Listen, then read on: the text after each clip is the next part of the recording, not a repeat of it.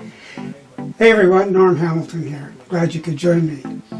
Today I'd like to show you a bit of information on some Lightroom and Photoshop alternatives that don't require you to be locked into a subscription.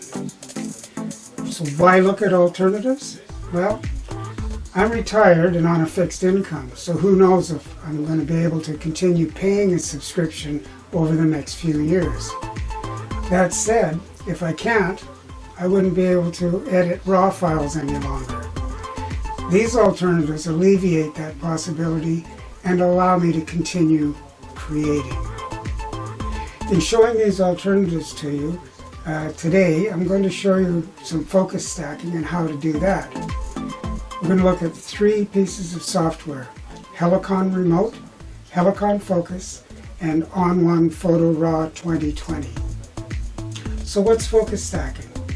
Well, simply put, it's taking several pictures of a subject, all at different focal points, and then aligning, compiling, and rendering them into a single image that's pin sharp from front to back. So why use this technique instead of just stopping down the aperture to get a deeper depth of field? Well, focus stacking is more accurate and it doesn't cause distortion. Besides, it's far easier than you may think. In this instance, the depth of field is great enough that even stopped down to f22, we couldn't get everything in focus from front to back. Focus stacking is often used for macro photography, but it's also used in everything from product photography to landscapes. I'll post videos with examples of those in a later video. The example I'm showing you today used the minimum focal distance of a Canon 50mm 1.8 STM lens on a Canon 77D camera. By the way, that's the same gear that I'm using to make this part of the video. I just grabbed a few nuts and scattered them in a line 8 or 9 inches long and began shooting on a stable tripod. Tripod is critically important. So what makes this easy? It's simple, the right software. I'm using Helicon Remote to control the camera so I don't have to touch it and there's no movement. Plus, it automatically sets the focal points. Then I'll open the images in Helicon Focus, which aligns, compiles, and renders the images into a single file that can then be manipulated in post-processing just like you would any other image. Finally, I'll open the rendered RAW file in On1 Photo Raw 2020 for post-processing. But in my humble opinion, On1 Photo Raw 2020 is an excellent alternative to Lightroom. It gives me everything I need to process and edit RAW files, plus more, and again, it doesn't require a subscription. This whole process after capture only takes a few minutes. Oh, by the way, there's links in the description below to the equipment and software I've mentioned. And if you like this video, click the thumbs up below and subscribe to my channel in order to see more. Okay, let's take a quick look. So here we are in Helicon Remote. What we're going to do is go into live view so that we can see the image we're working on. And we'll bring the focus up to the front of the image.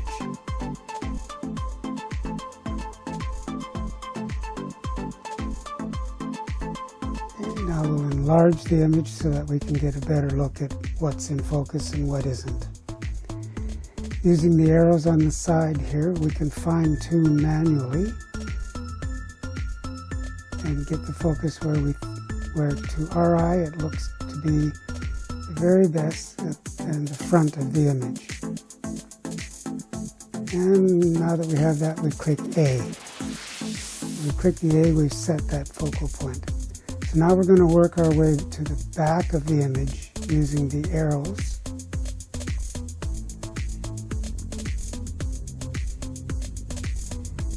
You'll notice as we're working our way back, you can see the different focus come into play.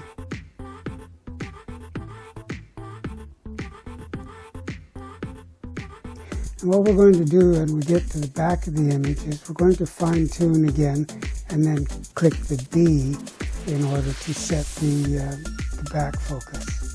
Like not the back focus, but the back point that we want in focus.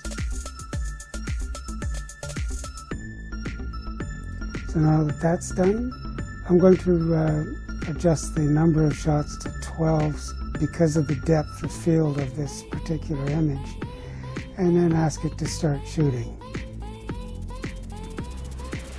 It'll start shooting from the front and work its way back, so you can see it working its way to the front in order to begin taking the images that we want to capture.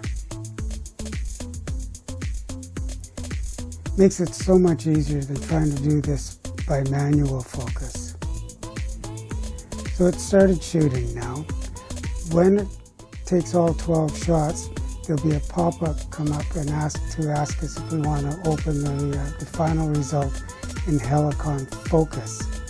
And we're going to do that because Helicon Focus will align and compile everything into one image that's completely pin sharp from front to back.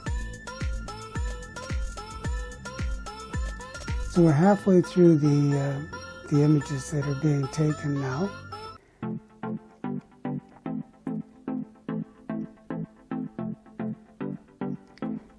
And we're completely stress-free. We don't have to worry about a thing. The software is looking after everything for us. We may not need all 12 shots, but I've taken them just in case we do. We'll find that out when we get to Helicon Focus. Helicon Remote. So we've got 11 images taken now. Now the 12th one has been taken. It'll get them all, get them ready to go, and then ask if we want to go to Helicon Focus. And we're going to click yes, because that's where we want to go next. See you there.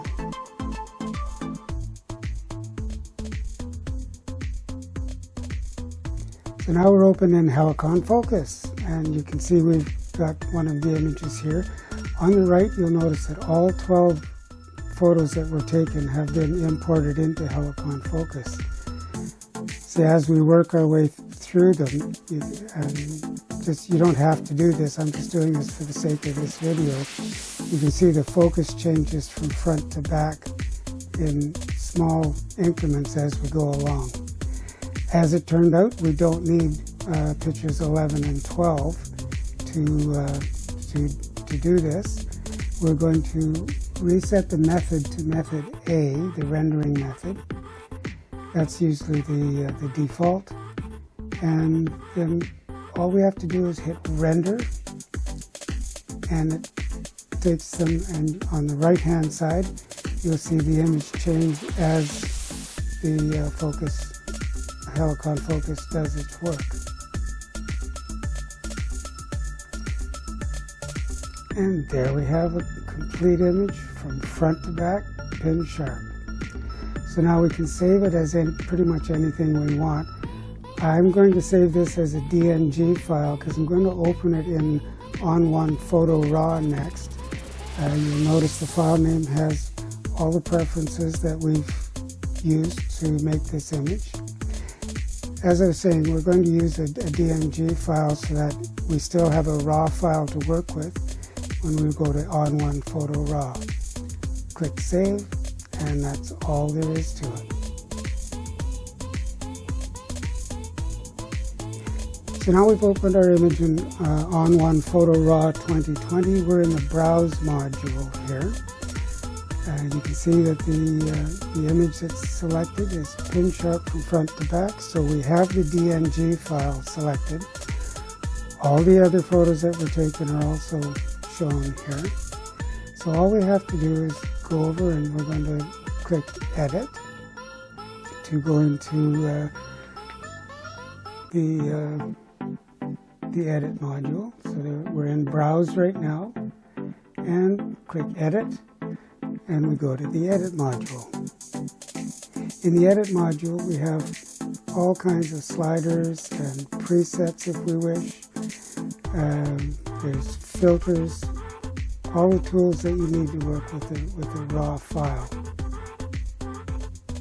It's a really great replacement for Lightroom, and you don't have to be on a subscription. You can just purchase it outright. So now that the file is fully loaded, and look how pin sharp that is from front to back. Beautiful. We're going to do some minor adjustments here just to give you an idea of what you can do with On1 Photo Raw. So what I usually start out with is to reduce the highlights a little bit, and I'll normally bring up shadows. I don't want to go too much with this one. The shadows were already in pretty good shape.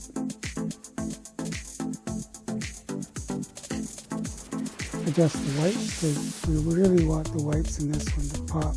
That red means that I've taken it too far, so I'm just going to readjust this so that the red disappears. Just so it disappears, and then we have a really nice clean white. And we're going to adjust the blacks down a bit to create a little bit more contrast.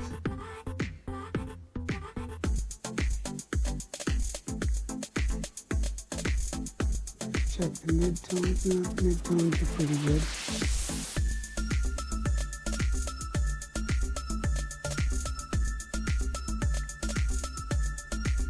Bring the exposure down a little bit, and maybe bring the whites up just a touch more now that we've done that.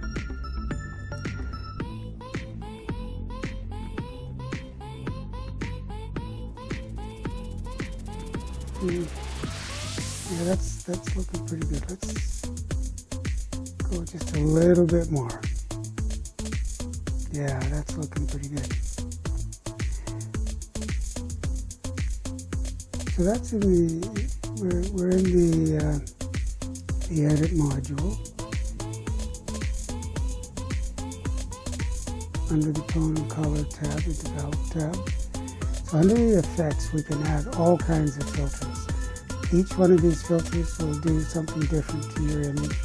You get a little sample of it on the right. But what we're going to do with this one is add some dynamic contrast. And you'll notice as soon as I did that, there's way too much contrast has come into play here. That's a preset. You can adjust that by using the sliders. You see the difference when I turn it on and off.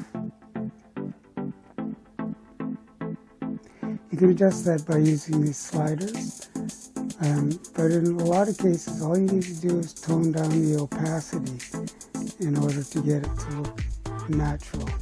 Now you'll see when I turn this on and off, get a little bit of change, just enough to make it look really good, but it still looks natural.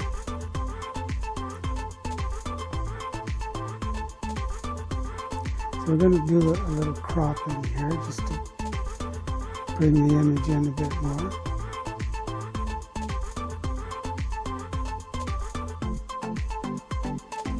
And just for fun, I'm going to rotate it a little bit more so that it gets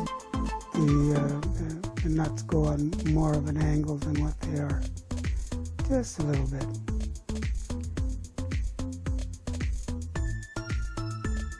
Yeah, right around there looks good. And we hit apply.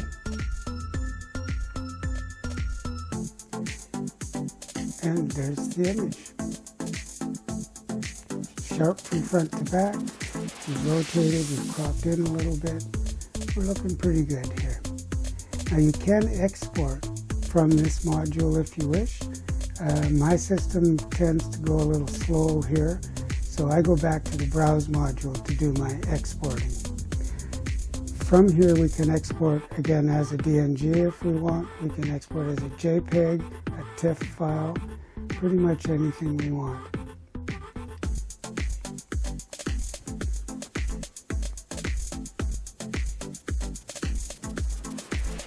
I'm just going to recenter this so that we can see it better. Oops, I enlarged it. There, that's better. So from this module we can do our export just by going down to the bottom here, click export, and that'll bring up another menu. And on this menu we have all kinds of options for what we want to do with our file. We can set a watermark. I might as well put one in on here. We can set the size of the finished product. I usually leave it on screen sharpening if it's going to be done online or always viewed on screen. That's a nice one to use. The type of file we're going to use, where we're going to put it. I'm just going to move this into another location here.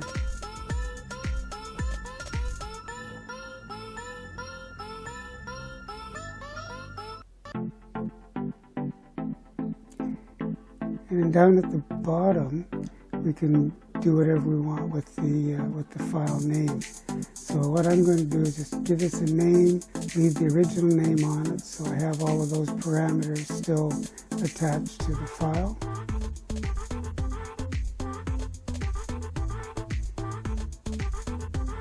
And from here, it's just a matter of clicking export, and it starts exporting the file, and we'll open it next, if we want, in another editor.